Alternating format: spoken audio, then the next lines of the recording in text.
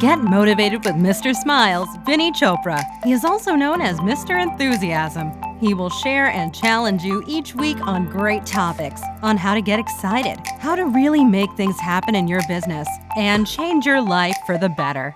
Here is Vinney with this week's Motivation Inspiration. Hi, guys. Welcome to your weekly Motivation Power Talk with Vinney Chopra, also known as Mr. Smiles. Hi there, Alicia. How are you? I'm good. How are you today? I'm doing good. I'm just making sure my microphone is working. Well, I hope mine is because we're recording. So, Yes. But no, Mr. Smiles, I definitely appreciate your time today. And today I think that we're going to talk about something. Sorry, you don't know much. I didn't tell you what we were going to talk about. But what we are going to talk about something that I know that you hold dear and to your heart. And that's about aligning yourself true north.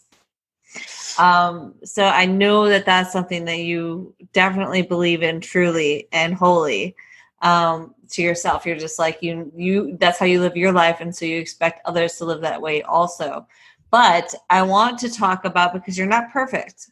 No, I'm not. No. So talk to me about a time that you did not live your life to true north and how you overcame that.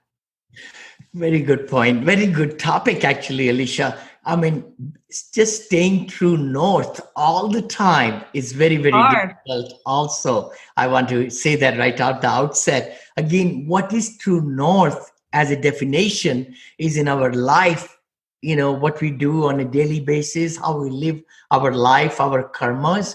We are pointing to the north. Now, that's a constant. If you look at it in the magnetic terms, in the compass, you could put the compass anywhere, whichever direction, it will always point to the true north magnetically. And that's how also our life should be pointing towards the north most all the time. And that is what our foundational, our value system, our honesty, integrity, our, giving time to the family, taking care of our leadership, all the different facets of our leadership doings, I should say. Let's say that, right? So we actually do live our life. Business leaders who are very, very successful, entrepreneurs, business leaders, teachers, we can think about great human beings. Let's just say that. They are the ones who align themselves with the true north most of the time, and that's how they accomplish, and not only just accomplish success, but also accomplish a lot more successes in other facets of life. So staying true to the true north is what we should always be looking for. You had asked me a question when I did not, live true north. Many times, business leaders, when we are working so hard, working day and night, all that, we lose time. We actually use our, the what little time we have, we feel guilty about it, to spend time with the children, with, a spouse, and to be able to maybe go to the church or temple, or being able to be of helpful, because some other activities come on the way. So those are the times we misalign ourselves, and we are not true north with our body either then. Hold on. That's true. That is so true. Exactly, because many times we work so hard and then we are in a different position. We are eating bad things. We're eating outside, not really making, and making sure that we eat at home good, healthy food. So that's also misalignment of the true north for health, and to keep drinking, smoking, watching TV. There's tons of things that you could do. Going out, partying, not sleeping. There's tons of things that you can do. And so true. When, not living true north when it comes to your health. So true. True north in health, in our body, exercise. The days I miss it, I'm kind of working on things, and it's 8:00, and I usually on my elliptical at 7 to 8 usually. I just feel like guilty. And I said, oh my gosh, I was not true north at that moment, But I was just bogged down with so much of the stuff, right? So how can somebody really align themselves in the true north is consciously deciding, that's the word, right? Consciously deciding what's important at that particular time, which we will align ourselves with the true north. I thought about Stephen Covey's book. I've read all his books and listened to also many of the people probably listening to us or watching us might know Mr. Stephen Covey, just a great, great motivator. Who doesn't? 7 Habits of Highly Effective People, The Eighth Habit, and so many other books.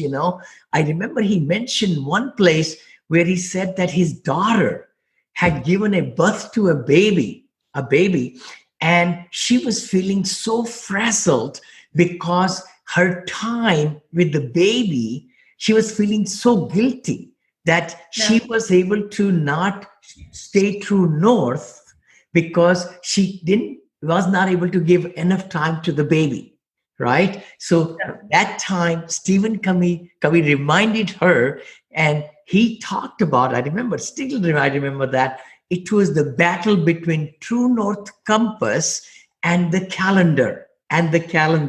So in other words, the battle. she was so bogged down with appointments and things and business, and her father said, give away the calendar. Aha. He says, do not take priority of appointments and business and everything, but to stay the true north at that particular time. Your true north is with the baby, the time you spend with the baby, taking care of her and everything like that. So that has really etched in my mind many, many years back when I read it, which is so true in our life also. Do you have a personal example of how that's applied into your life? Definitely. Oh my gosh. I mean, I come across these situations daily and weekly, to be truthful. I'm thinking about like when I exercising or eating not right. Like yesterday, I was on a fasting. Somehow I was not true north when I was eating all these different things over the weekend. They were, fried things and some drinking wine. Maybe I drank 4, not 4 glasses, but, like 4 different things. So I was telling my wife yesterday, oh my gosh, I was not good to my body. So I need to do a fasting. So by doing that fasting, I was trying to come true north with my stomach, with my body. Sacrificing what you need to sacrifice to bring yourself back on par to true north. Exactly. It could be sacrifice, or I looked at it in a different way. I said, I need to really get aligned with what I want to eat, like yesterday and then today also small breakfast. I didn't take any breakfast yesterday, but that was a good thing for me to decide on to bring my body into true north. I struggle with that too. I do, because I'm supposed to be on the MS Hope diet, which is all vegetables. Mm-hmm. And for because I lost a lot of weight on that diet. So I went down and I lost 40 pounds, which was a little bit too young, not too young, but too small for my size. I'm 5'7", and 100 pounds, that's really light. So I have been struggling lately with, I want to have a ribeye. And I want some Reese's peanut butter cups, and I want some Kit Kats, and I want sugar, and I want fattening stuff, and all the stuff I'm not supposed to have. And I am trying so hard. By the time my smoothie maker part gets back here on Thursday, to back into living my true north when it comes to my health. I'm not sure how it's going to work out, but until then, I'm going to rock on with my fattening food. I can see your point, definitely. And Alicia, that's how it is. Discipline. We should splurge, but then within limits. And that's when, our body really tells us always when it's in misalignment, when it's not really aligned to the north, if we say that way. Our life will also tell, our schedule, our timing. People who are around you can sense the stress They can sense if you're, like my wife mentioned yesterday, I was not in the true north yesterday. I mean, I got upset because, we're getting into the taxation season and everything, and we bought these properties, and some of the information is not there from the investors on the portal. And I said, oh my gosh, we got to get it done. And why this part of my company doesn't know that this part? And I was shouting. I mean, that was being out of true north. I should have calmed down and, given respect and all that. So, things happen. I mean, I'm human. That living true north, when it comes down to what you're saying, comes down to being self-disciplined too, Sure, definitely. You can't live your life true north without discipline. So true. What you said is so correct.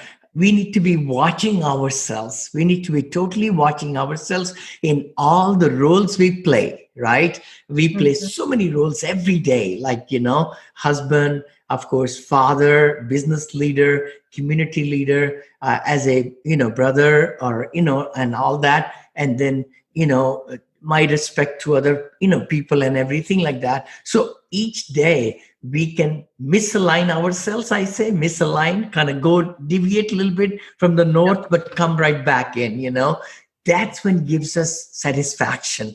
That's what makes us whole. It's that pivot, we need to be constantly looking at, am I living my life true north or not? Am I compromising on my values, my principles, my integrity? Never should we do that. And that's what really makes us make the right decisions and not then worry about the decisions we made later on, which can get us in trouble. So, being north, living our life to true north might be just messing around everything and, and being cheatful and, not really taking care of body and not exercising and negative thinking. That's in deviating from the north also. Negative thinking and stinking thinking, like Zig Ziglar, my mentor, talked about always, right? It's so important that we think positive. We talk with enthusiasm, and we give the value to everybody we are meeting on a daily basis. I completely agree. And I think that this was a great conversation to have.